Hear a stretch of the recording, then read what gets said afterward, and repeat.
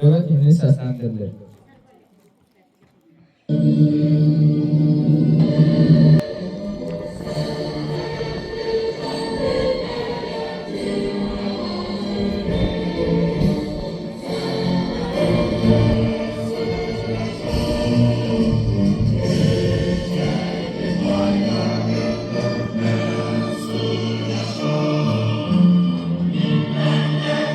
Doğrudur, düşmən 30 ildən artıq işğalda saxladığı torpaqları azad etməyəcəyimizi düşündü. Amma unudurdu ki, Azərbaycan xalqının iradəsi sarsılmazdır. 8 noyabr qəhrəmanlıq, birlik və qürur günüdür. İndi isə gəlin məktəbimizin 7-ci sinifə ifasında Xudayar mahnısını dinləyək.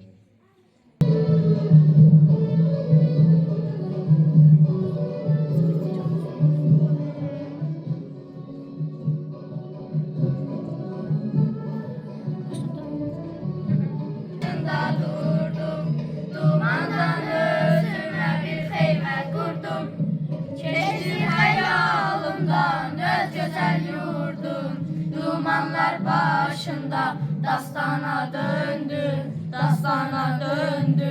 Değil gönüle cəlb edən bu xoş mənzərə, şövqümü artırdı şeirə qəzələ. Çatdıqca vətənim elm nəzərə, təbiətdə mənə heyran göründü, heyran göründü. Xəzərdən isə Hər birimiz o günləri qürurla xatırlayır. Füzuli, Cəbrayıl, Qubadlı, Zəngilan, Şah. Hər bir ad bir dastandır. Hər ad bir qəhrəmanlıq tarixidir. Bu qələbə hər bir Azərbaycanın qəlbində yaşayır. Bütün şəhidlərimizin ruhu qarşısında baş əyir.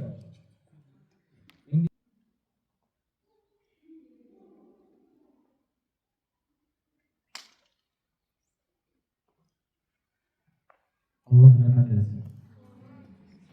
Bugün Azərbaycan tarixində müasir dövr tariximizin əlamətdar günlərdən biridir. Belə ki, 30 il işğal altında qalan torpaqlarımız 2020-ci ildə aparılan 44 günlük zəfər müharibəsində geri qaytarıldı.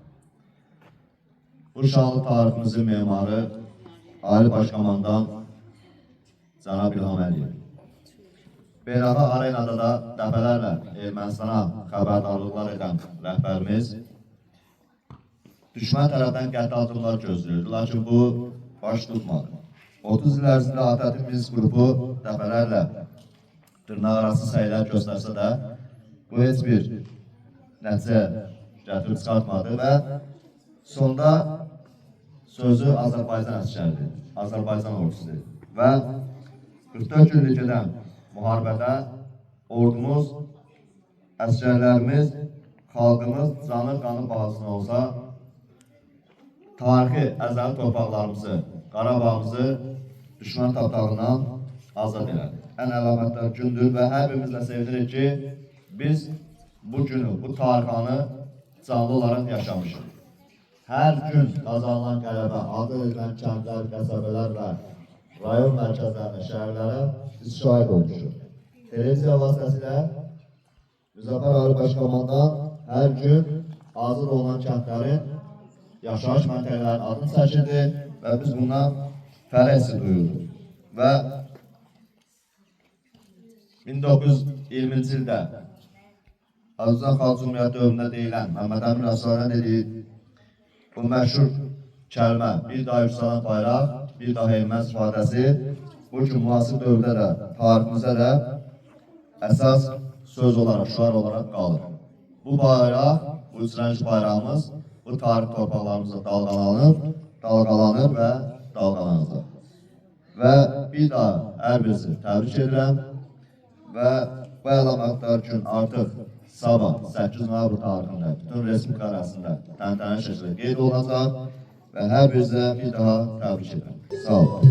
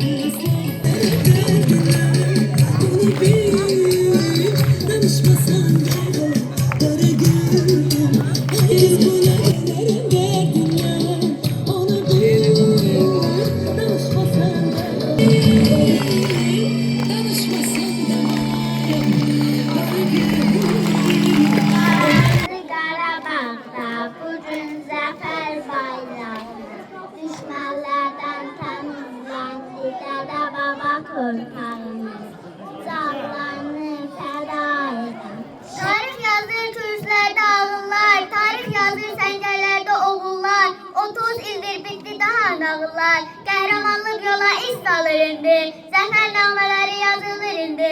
Üç bayrağım xudafərində, savaş gedir irəlidə dərində, oturtmuşuq düşməni öz yerində, işğal zəncirləri çözülür indi, zəfər namələri yazılır indi.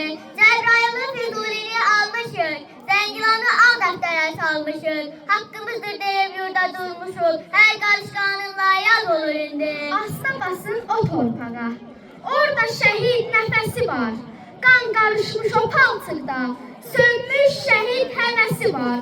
Qurban olun yavaş gəzin, o dağlarda, o daşlarda, qara şallı bir ananın, dağlar boyda Sığırım qayaları öpürəm gözlərimlə, oxşayıram hər izi cığırı sözlərimlə, öyünüb fəxr edirəm dağımla düzlərimlə. Daha bu yol nə həsrət, nə də qəhər yoludur. Bu yol Şuşaya gedir, bu yol zəfər yoludur. 30 illik həsrəti 44 gündə dağıdan. Ey qəhrəman qazilər, sizə hər an can qurban. Bu yolda şəhidləri unutmadım bir can. Bu yol cəsur, qəhrəman, igid əskər yoludur. dayan düşmən önündə, yenilməyən dağ kimi, yaşa ürəyimizdə yurt kimi, fəryad kimi.